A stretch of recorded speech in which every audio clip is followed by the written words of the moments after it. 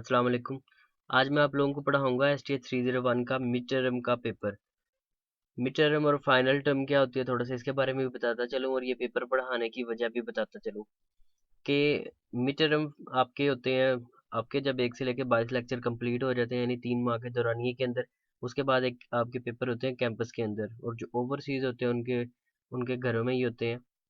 और जो final term है वो 23 से लेकर 45 तक उसका सिलेबस होता है, लेकिन 1 से लेकर 45 तक ही होता है। उसमें विजिट होता है थोड़ा सा मिड टर्म का भी। तो आपने वो तैयार करने होते हैं, और वो आपके फिर 3 माह के बाद, यानी 6 माह का एक सेमेस्टर होता है। तो बहुत से बच्चे की चूंकि वर्चुअल यूनिवर्सिटी के अंदर नया एडमिशन लेते हैं, तो उन्हें पता नहीं होता कि इसके भी कोई पास्ट पेपर होते हैं वर्चुअल यूनिवर्सिटी के। तो ये जो स्क्रीन के ऊपर आपको नज़र आ रहा है, ये भी एक मिड टर्म का पेपर है। मिड टर्म के सिलेबस के अंदर से जो सवाल बार बार आए हुए हैं, ये वो एक फाइल बना के रखी होती है। मुआज ने इसे बनाई हुई है, मुआज सिद्दीक ने। समुंदरी का ये बंदा है, इसने बहुत मेहनत की है, नो डाउट इसने बहुत सारे नोट्स बनाए हैं। और इतने ये हेल्पफुल है कि तकरीबन 80 to 100% पेपर इसी में से आता है। एक और फाइल है वकार सिद्धू की, उस भाई ने भी बहुत मेहनत की है। उसने स्क्रीनशॉट दिए हुए पेपर्स के, और वो हल किए हुए हैं, सॉल्व बाय हादी ने। कुछ उसने खुद किए हुए हैं, कुछ हादी ने किए हुए हैं। तो यानी इन 2-3 बंदों ने बहुत ज़्यादा मेहनत की है, इन्होंने बहुत ज़्यादा पेपर बनाए हैं, और पेपर इन्हीं में से आता है। तो जिस तरह हर यूनिवर्सिटी के, हर इदारे के अपने पास पेपर होते हैं, इसी तरह वर्चुअल यूनिवर्सिटी के ये पेपर है। आपने ये डाउनलोड कहाँ से करने हैं? ये गूगल के ऊपर आसानी के साथ आपको मिल जाएंगे। आपने किस तरह डाउनलोड करने हैं? जो कोर्स आपने या जो पेपर आपने डाउनलोड करने हो, आपने वो प्लस उसका आगे लिखना होता है मिड टर्म मुआज सदीक या वकार सिद्धू। ठीक है, जिसकी फाइल आपने डाउनलोड करनी है वो डाउनलोड कर सकते हैं। जैसे कि ये है STA301 बाय मुआज। ठीक है, मिड टर्म फाइल, तो मिड टर्म की इसकी फाइल आ जाएंगी STA301 की। इसी तरह अगर आपने डाउनलोड करनी है वकार सिद्धू की, तो वही सेम प्रोसेस है, बस मुआज की जगह पे आपने वकार लगा देना है। तो वो दोनों फाइल्स आपने डाउनलोड करके अच्छे तरीके से पढ़नी है, क्योंकि इसी में से पेपर आपका 80 to 100% आता है। बाज औकात ऐसे होता है कि पेपर बाहर से भी आ जाता है, लेकिन वो बहुत कम चांस होते हैं कि पेपर इसमें से ना आया हो। तो इसकी आपने सब्जेक्टिव भी, इसके आपने ऑब्जेक्टिव भी, दोनों अच्छे तरीके से तैयार करनी है। तो शुरू करते हैं जी। आज अपना फर्स्ट लेक्चर है, यानी मिड टर्म का पेपर है। इसमें सबसे पहला सवाल उसने कहा था, number of airplane accident in year 1 2 3 4 with corresponding probabilities, यानी इनके जो करस्पॉन्डिंग प्रोबेबिलिटीज हैं 1 2 3 के अगेंस्ट, वही है कि प्रोबेबिलिटी बनती है पहले की 1/6, दूसरे की 2/6, फिर 2/6 और फिर 1/6। उसने कहा what is the variance of annual accidents, आपने वेरिएंस मालूम करना है। अब अगर उसने प्रोबेबिलिटीज दी हो आपको और क्लासेस दी हो, तो आपने किस तरह मालूम करनी होती है कि पी एफ एक्स बराबर होता है ई एफ एक्स के। ठीक है, ये फार्मूला तो आपको मिलेंगे आपकी हैंडआउट्स के अंदर। प्रोबेबिलिटी ऑफ फिर एक्स का स्केयर बराबर होता है ई एफ एक्स का स्केयर के, क्योंकि वेरिएंस का फार्मूला आपके पास ये है ना, आपके पास पी एफ एक्स है और ना आपके पास पी एफ एक्स का स्केयर है। तो आपने ये निकालने के लिए आप क्या करेंगे कि आपके पास प्रोबेबिलिटी है, प्रोबेबिलिटी को अपनी क्लासेस के साथ मल्टीप्लाई करना है, क्योंकि वो ई एफ एक्स के बराबर होगा। तो P F x E F x के बराबर है, लिहाजा आपने पी को जब एक्स से मल्टीप्लाई किया, 1/6 मल्टीप्लाई बाय 1 ही आएगा। 2 2 4, 4/6 क्या होगा आपके पास? 2 2 4 होगा और 2 3 6 होगा। तो वो आपके पास ये 2/3 बनता है। इसी तरह आपने बाकी हल करना है। ठीक है, इनको आपस में मल्टीप्लाई किया और आपके पास पी एफ एक्स आ गया। ई एफ एक्स की कीमत तो आपके पास आ गई। बाद में उसने क्या किया कि उसका स्केयर लेना था। ठीक है, तो दूसरा हमारे पास क्या था, ई एक्स का होल का स्केयर हमें चाहिए। वो किसके बराबर होता है? पी एक्स के स्केयर के बराबर। तो आपने एक्स स्केयर मालूम करना है, तो आपने एक्स के स्केयर ले लिए। वो आपके पास एक्स स्केयर आएगा, 1 का स्केयर 1 नहीं होगा, 2 का 4 होगा, 3 का 9 होगा, 4 का 16 होगा। उसके बाद आपने पी के साथ मल्टीप्लाई करना था। 1/6 को आपने इसके साथ मल्टीप्लाई किया, तो वो 1/6 ही आया। 2 2 4, 4/3 बनेगा आपके पास ये। इसी तरह आपने ये बाद में आपने इनको सम किया, तो सम करने से आपके पास ये रिजल्ट आए हैं। सम कैसे करते हैं? 1/6 प्लस 2/3 प्लस 1 प्लस 2/3 आपके पास। ठीक है, अब आपके पास सबसे बड़ा इस जो बटे में है नंबर, वो 6 है। 6 एलसीएम आ गया, 6 इन सब के पहाड़े में भी आ जाता है। तो 6 को जिस नंबर को आपने जिसके साथ एलसीएम लेना होता है उसे ऊपर रखना, उसे नीचे रखना होता है, इस नंबर को आपने ऊपर रखना होता है। 6 1 जार 6 होगा, जो आए नंबर उस नंबर को ऊपर वाले नंबर से मल्टीप्लाई करना होता है। तो यहाँ पे 1 आएगा। 3 2 जार 6 होगा, जब 6 को ऊपर रखेंगे 3 पे डिवाइड करेंगे, 3 2 जार 6 होगा, जो बच जाएगा उसे ऊपर वाले से ज़रब देंगे, तो 2 बार 4 बनेगा। इसी तरह इसके बटे में 1 है, 6 एक बार 6 बनेगा। इसी तरह 3 2 बार 6 और 2 2 बार हमारे पास वो 4 बनेगा। तो ये हमारे पास आ जाता है 15। ठीक है, 15 बाय में 6, तो 3 5 बार 15 और 3 2 बार 6 आएगा हमारे पास, तो ये 5/2 बनता है। तो इस तरह करके सेम इसी तरह पी एक्स का स्क्वायर निकाला हुआ है, बाद में इस फार्मूले में पुट किया। इस फार्मूले में पुट करने के बाद क्या है, 43/6 माइनस 5/2 का होल का स्क्वायर, चूंकि ये इसके बराबर ई एक्स का होल का स्क्वायर है। तो आपने 5 का स्क्वायर 25 होगा, 2 का 4 होगा, फिर वो 24 एलसीएम आ जाएगा इसका। सेम इसी तरह से 4 बार 24 43 को आपने 4 से फिर यहाँ पे माइनस लगेगा, और 4 6 24 होगा। फिर 6 को आपने 25 के साथ मल्टीप्लाई करना, बाद में सब्ट्रैक्ट करने से आपके पास ये 11/12 आंसर आएगा। इसी तरह क्वेश्चन नंबर 2 है हमारे पास, 3 नंबर का एक ये सवाल आया हुआ था। उन्होंने कहा a ball is selected at random from a bag contains 2 white. ठीक है, उसके अंदर 2 वाइट है, 5 ब्लैक है और 7 ग्रीन है आपके पास। तो सबसे पहले तो आपने क्या करना होता है, उसने कहा जी what is the probability that is के बॉल इज वाइट, जो आप निकालेंगे बैग से, और या द बॉल इज ग्रीन, के जो आप प्रोबेबिलिटी क्या होगी अगर बैग में से आप आंख बंद करके निकालते हैं या हाथ बैग में डालते हैं और निकालते हैं बॉल, और वाइट बॉल आने के कितने चांस है और ग्रीन बॉल आने के कितने चांस है, आपने चांस बताने हैं। तो किस तरह निकाल सकते हैं हम ये चांस, तो हमने सबसे पहले क्या करना होता है कि हमने देखना था कि हमारे पास टोटल बॉल्स कितनी है। टोटल हमारे पास कितनी बनती हैं, 5 और 7 12 12 और 2, हमारे पास 14 बॉल्स बनती हैं, इन्हें हमने जमा किया। अब उसने कहा है कि कितने चांस होंगे टोटल बॉल्स में से कि वो बॉल वाइट निकलेगी। ठीक है, ये हमने चांस बताने हैं। तो हमारे पास कितनी वाइट बॉल्स हैं, हमारे पास 2 वाइट बॉल्स हैं। 2 वाइट बॉल्स हैं, में भी दोनों ही वाइट निकल आई हैं। ठीक है, तो हमने ये 2 रखा। अब चूंकि उसने वाइट के हिसाब से पूछा है, तो हमने सिर्फ वाइट वाली के नंबर लगाने हैं कि कितनी बॉल्स हैं टोटली। हम अगर निकाल लेते हैं कि जी हमारे पास 2 ही चांस है और 2 ही निकल सकती है, दोनों ही वाइट होंगी। ठीक है, उसके बाद हमने क्या किया है जी, उसने कहा था बॉल इज वाइट, और हमारे पास ग्रीन बॉल्स और जो ब्लैक बॉल्स होगी, फिर उनकी वैल्यूज क्या होगी, 0, क्योंकि ये वाइट नहीं है, तो फिर हमने ये लिख लिया। उसके बाद हम क्या करेंगे, उसके बाद हमने नीचे लिखनी है टोटल बॉल्स। टोटल बॉल्स हमारे पास 14 थी, हमने यहाँ पे लिखा, और ये हमारे पास क्या है, ये हमारे पास टोटल 2 वाइट बॉल्स थी, वो हमने यहाँ पे लिख लिया। अब उसने इसे हल किस तरह किया है, 2C2 जो होता है वो हमारे पास 1 नहीं होता है। ठीक है, n का factorial over n minus r का फैक्टोरियल और r का फैक्टोरियल के बराबर, 2 का फैक्टोरियल और बाद में नीचे क्या है 2 माइनस 2 का फैक्टोरियल और साथ में फिर 2 का फैक्टोरियल था।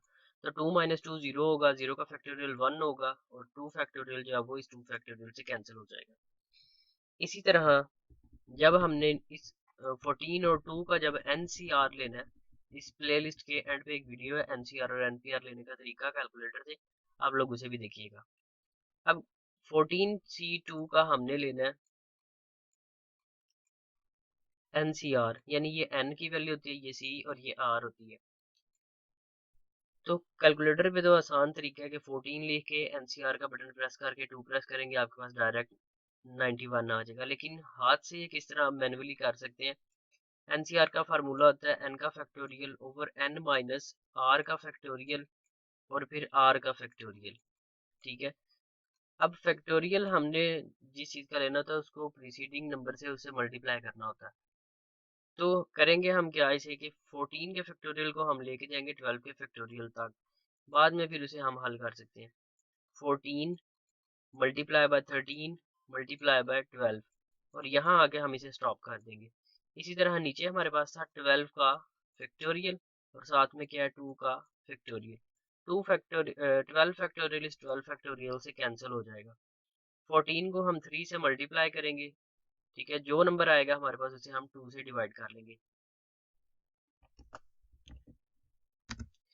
ठीक है, तो 14 मल्टीप्लाई बाय 13 करते हैं, हमारे पास आता है 182। जब हम इस नंबर को डिवाइड करेंगे, 2 का फैक्टोरियल 2 1 जार 2 ही होता है, तो ये हमारे पास 91 आएगा। तो हमारे पास ये यही नंबर बनता है और ये फार्मूला यहाँ पे लगे एनसीआर का। उसके बाद उसने कहा कितने चांस होंगे कि जब बॉल इज ग्रीन। अब हमारे पास अगर यहाँ पे देखा जाए तो ग्रीन बॉल्स हमारे पास 7 है, ठीक है। तो इसी तरह व्हाइट भी फिर हमारे पास 0 होंगी, फिर ब्लैक भी 0 होंगी, सिर्फ ग्रीन की जगह पे हमने ग्रीन लिखी है और 7 की 7 ही में भी निकल आई है। इसी तरह हमारे पास ये बना है जी 2 जीरो 2 का फैक्टोरियल ओवर 2 माइनस 0 का फैक्टोरियल और फिर 0 का फैक्टोरियल। 0 का फैक्टोरियल 1 के बराबर होता है, तो ऊपर हमने लिखा 1 ही लिखा, ठीक है। 0 का फैक्टोरियल बराबर है 1 के बराबर होता है।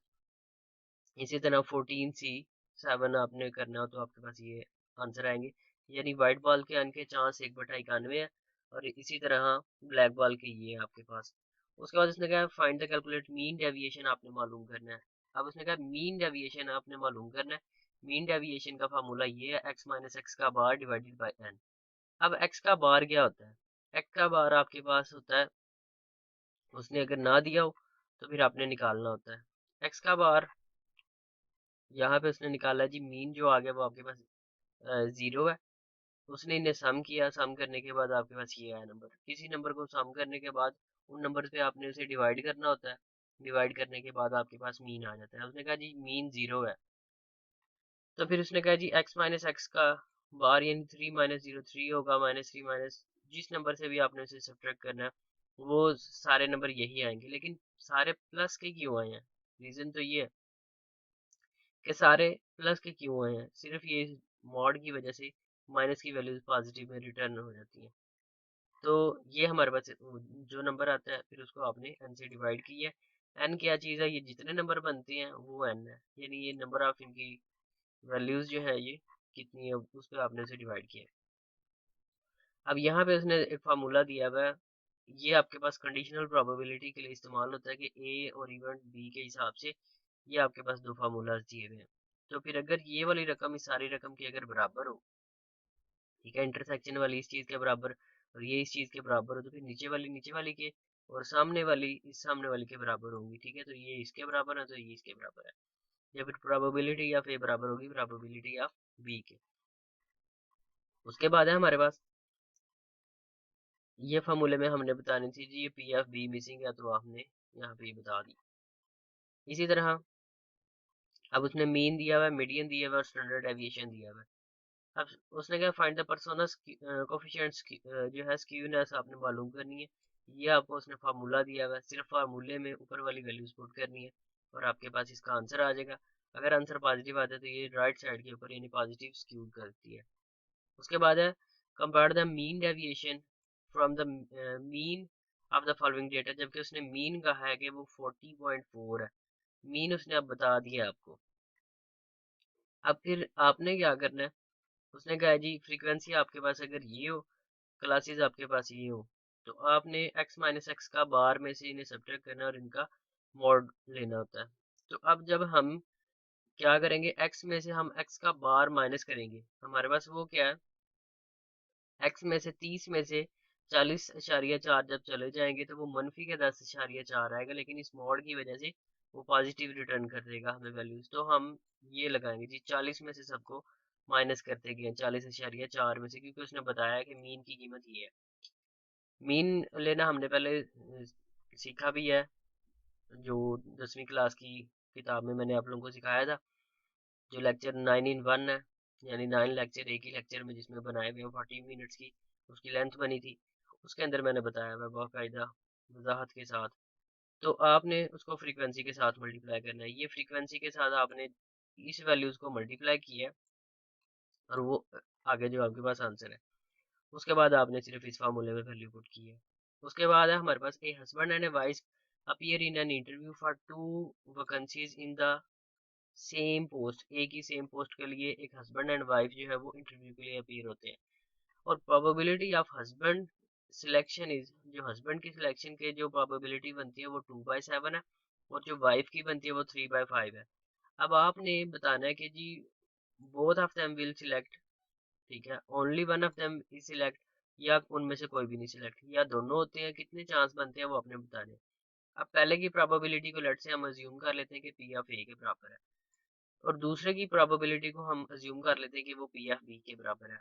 अगर तो दोनों सिलेक्ट होते हैं तो फिर हम एंड लगाएंगे P of A and B both के लिए, पी ऑफ ए और P of B, P of A और बी को हम मल्टीप्लाई करेंगे तो हमारे पास ये आंसर आता है, यानी इतने चांस है कि दोनों सिलेक्ट होंगे। अगर एक सिर्फ उसमें से सिलेक्ट हो तो हमने ये फार्मूला लगाना था, पी ऑफ ए का डिटरमिनेंट बराबर होता है 1 माइनस पी ऑफ ए के बराबर, ठीक है, और इसी तरह 1 माइनस पी ऑफ बी के बराबर।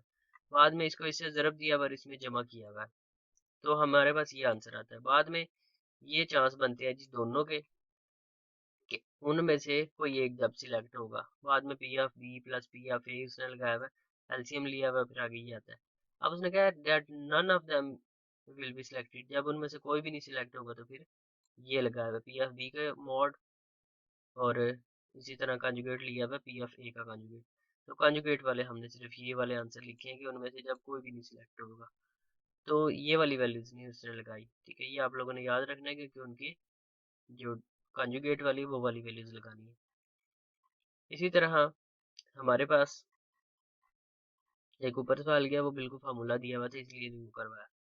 उसने कहा जी अज्यूम करें एक्स एक नंबर है randomly from the set of integer between 1 and 14, 1 से लेके 14 तक आपके पास नंबर है, ठीक है, 1 से लेके 14 तक नंबर है।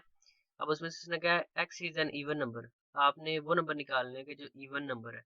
1 से लेके 14 तक आपके पास नंबर बनते हैं 1 2 3 4 5 6 सारे, यानी 14 तक। उसमें से सिर्फ इवन निकाल लेने हैं आपने। टोटल नंबर 14 है और जो निकले हैं इवन नंबर वो आपके पास 7 है। टोटल आउटकम्स ऊपर लिखी और टोटल नंबर नीचे लिखे, तो आपके पास 1/2 बनते हैं वो चांस, ठीक है। इसी तरह 5 और 6 के मल्टीपल कौन से बनते हैं, 5 10 15, 15 चूंकि बड़ा हो जाता है तो वो नहीं हम लेंगे, तो सिर्फ 5 और 10 लिए 14 में से, और इसी तरह 6 और 12 लिए वो 6 के मल्टीपल है। तो ये कितने नंबर बने, ये 4 बने, और टोटल नंबर कितने थे हमारे पास 14 तक काउंटिंग थी, बाद में से कटिंग की, तो ये आंसर है आपके पास। तो उसने कहा find the first two moments about mean from the following data, नीचे दिए गए डेटा में से उसने कहा जी पहले दो मीन आपने निकालने। तो ये आपके पास मीन कैसे निकालते हैं, sum of all values divided by number of all values, फिर x माइनस एक्स का बार, जो नंबर आएगा आपने उसमें से यानी 34 में से ये सब नंबर निकालते जाना है। 34 माइनस 51, 70 माइनस 51, इसी तरह ये सारे निकालते जाना है। बाद में आपके पास ये चीज़ आई, बाद में इसका स्केयर लिया, स्केयर लेने के बाद आपने यहाँ पे m1 यानी मोमेंट 1 और ये m2 जो है उसका सेकंड मीन या सेकंड मूवमेंट आपने निकाल लिए, ठीक है। तो ये आपके पास आंसर आता है, दो मूवमेंट्स ही निकालने थे, ठीक है। तो ये मीन हो गया, ये आपके पास पहला मूवमेंट आ गया और ये दूसरा मूवमेंट आ गया आपके पास। उसके बाद उसने कहा है for the data set P of A, अगर ये हो P of A then find the and मालूम करना है, तो ये एक फार्मूला आपके पास ये दिया हुआ प्रोबेबिलिटी के हिसाब से कि बोथ अगर सिलेक्टेड हो कि पी ऑफ ए और प्लस पी ऑफ बी के बराबर हो। तो ये फार्मूले आपको मिल जाएंगे, आपकी हैंडआउट्स में ही है, पहले 22 लेक्चर हैं उनके अंदर ही है ये।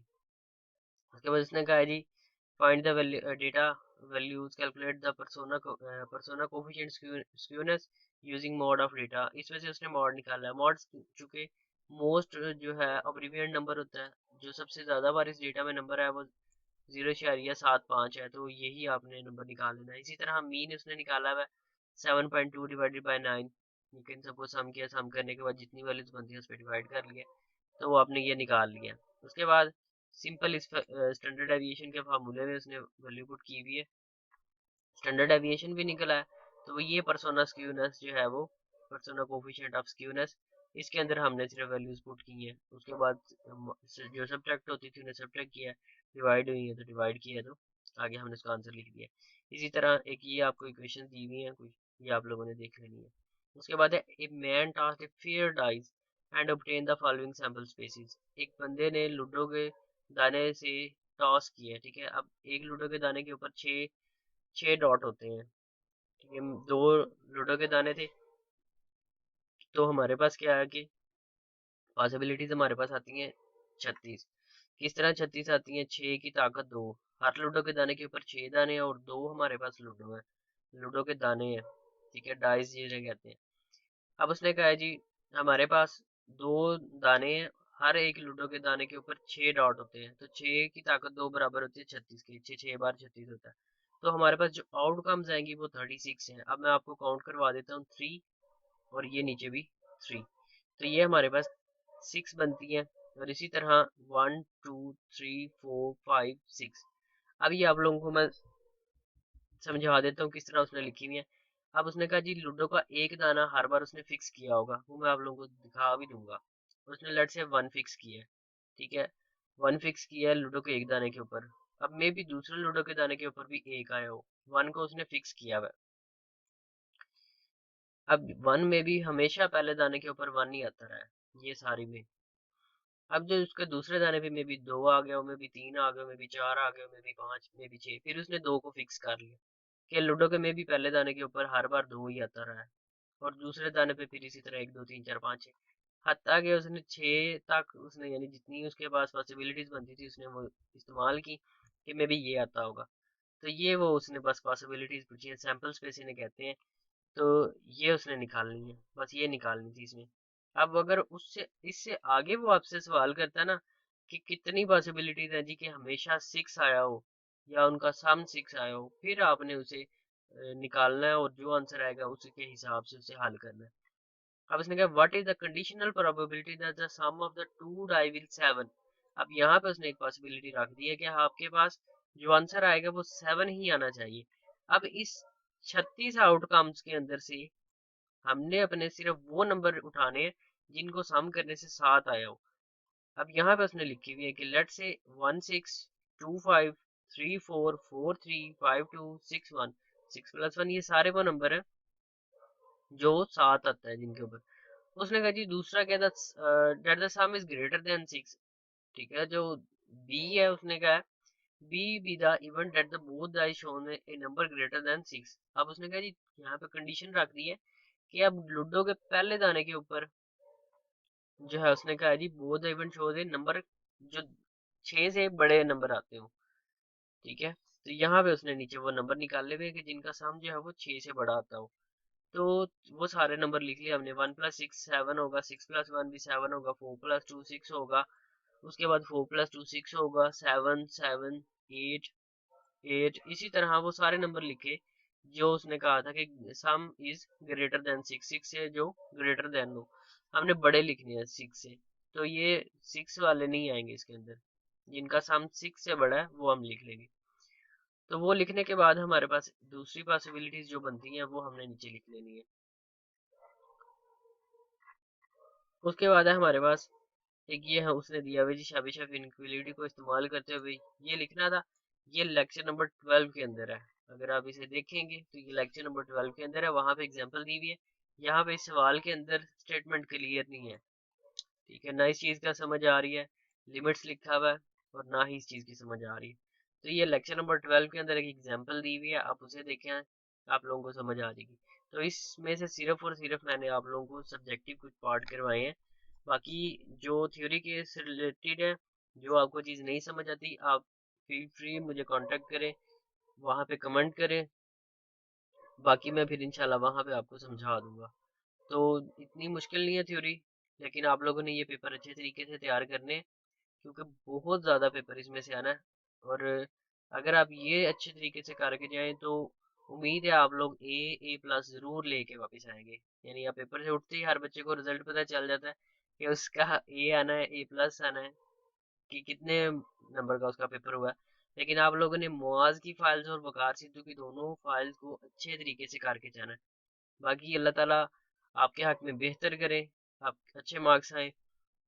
आप लोगों ने भी मुझे दुआओं में याद रखना है। मिलते हैं इंशाल्लाह नेक्स्ट वीडियो में, फिलहाल के लिए इजाज़त चाहता हूँ, अल्लाह हाफिज़।